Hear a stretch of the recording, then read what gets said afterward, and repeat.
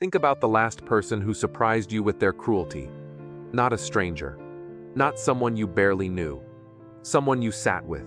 Someone you shared your plans with, maybe even your fears. When they turned, you did not just feel hurt. You felt stupid. You felt as if you had been living inside a story that was never real. That feeling is older than anything you were ever taught.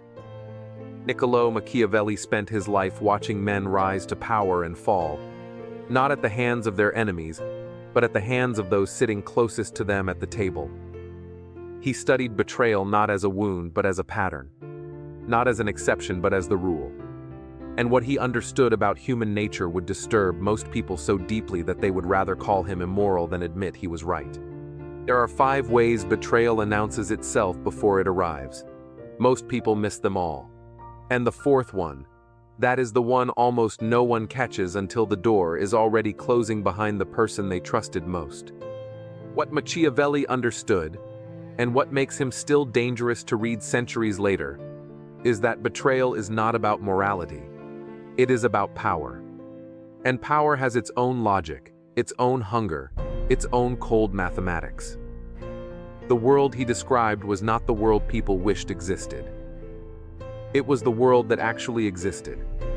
People do not act on loyalty alone. They act on interest. And when your interest and someone else's stop running in the same direction, something in them begins to shift, usually quietly, usually while they are still smiling at you. He called this the nature of men, not as an insult, but as an observation. That people are loyal to you for as long as it costs them nothing to be. And the moment your power weakens, your influence fades, or your usefulness runs dry, you will see who was ever really there. This is not pessimism. This is preparation. The most dangerous person in your life right now is not the one who argues with you. It is the one who agrees with everything you say. You have met this person. Maybe at work. Maybe in a friendship you thought was solid. They laugh at your jokes a little too quickly. They validate every idea, every decision, every flawed plan. Without hesitation, without friction. You felt good around them. You felt seen. And that feeling was the trap. Beneath all that warmth is not affection. It is calculation. The person who flatters you endlessly is studying you. They are learning what you believe about yourself, what you are most proud of, and what you most fear being exposed as. And they are filing it away. Because the easiest way to control someone is to become what they most need to believe is real. Machiavelli warned against flatterers with a ferocity most readers miss. He called them a plague, not because they were obviously dishonest, but because they were brilliantly dishonest. The most effective betrayal is the one that never feels like a threat. It feels like warmth. It feels like belonging, until the moment it stops. The person who tells you only what you want to hear is not loyal to you. They are loyal to access. Nobody gives you their loyalty for free. That is not cynicism. That is mechanics. You have felt this. A relationship that once felt unshakable began to cool the moment your circumstances changed. A friendship that flourished when you were rising went strangely quiet when you stumbled. A colleague who seemed devoted to your vision became unavailable the moment the project lost momentum. And you blamed yourself. You wondered what you did wrong. You did not do anything wrong.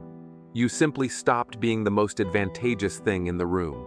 This is what Machiavelli saw at the courts of princes and in the councils of republics. Men who would swear lifelong devotion to their leader on Monday and draft letters to his enemies by Friday if the wind had shifted enough. Not because they were monsters, because they were human. Because every alliance rests on a quiet calculation. What do I gain by staying? And what do I lose if I go? Real loyalty is rare. It is earned through shared hardship, in moments when someone had everything to gain by abandoning you and chose not to. If you cannot point to those moments clearly, what you have is not loyalty. What you have is convenience wearing its face. The person who knows the most about you holds the most power over you. Think carefully about who that is. Not your enemy. Your closest confidant. The one who has sat with you in your lowest moments, and heard you name your own doubts out loud. The one who knows what you are hiding, what you are ashamed of, what you have done that you would never say publicly. That person does not need to hate you to destroy you. They only need to decide that your destruction is worth more to them than your trust. The psychology is not complicated, but it is dark. Proximity to power is still not power. And there are people in your life right now who have watched you build something, a reputation, a career, a sense of yourself, and quietly, resentment has been growing. Not because they are evil. Because they are evil. Because they are human.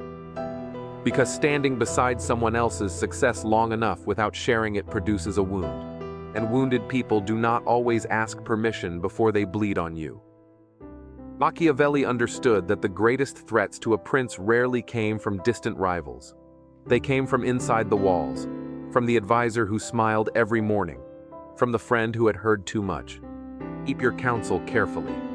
Trust is not a virtue when it is given carelessly. It is an exposure. And here is the one that will disturb you most. The betrayal did not come without warning. The signs were there. Small ones, perhaps. Easy to explain away. A shift in tone when you shared good news. A hesitation before they agreed to help. A story they told about someone else that revealed, if you had been listening beneath the words, exactly how they saw the world and what they were capable of. You saw it. And you chose not to see it. Not because you were naive, because you needed to believe in them. Because letting yourself see the truth would have required you to grieve something you were not yet ready to. The version of this person you had built inside your mind. The relationship you had already decided this was going to be. This is the deepest pain buried in betrayal. It is not that someone deceived you. It is that you helped them. Machiavelli would not have judged you for this. He would have recognized it as one of the most human things there is. But he would have named it plainly. You allowed love to override observation. You chose the story over the signal.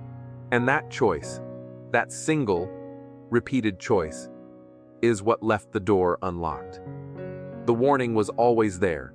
It was written in behavior, not in words. But stop here. Because there is a harder question buried in all of this. One that Machiavelli, in his ruthless honesty, would have made you answer before he let you leave the room. Have you ever been the one who shifted? Have you ever stayed close to someone because it served you and told yourself it was friendship? Have you ever felt someone's complete trust and known, quietly, in the back of your mind, that you were holding information they did not know you had? This is not an accusation. It is a mirror. Because the behaviors in this script are not the habits of monsters. They are the habits of people. And you are one of them. The question is not only who in your life is capable of betrayal. The question is what you are capable of when the cost grows high enough. The cruelest thing about betrayal is that it rarely changes a person. It shows you who they already were. You have experienced this. Someone you trusted did something that felt impossible, given who you thought they were. Afterward, looking back through every moment you shared, you could trace the shape of their real character in 100 scenes you had misread. The power they gained, the crisis that arrived, or the moment your usefulness ended, none of that forged them into something new. It simply removed the conditions that had made it unnecessary for them to show you the truth. Machiavelli believed that adversity and opportunity both strip people down to what is real. A person reveals their true character not when they are safe and comfortable, but when they have something to gain or something to lose.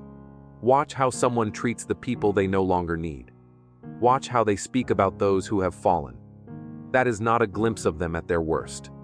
That is them without the mask. The mask does not create a new face.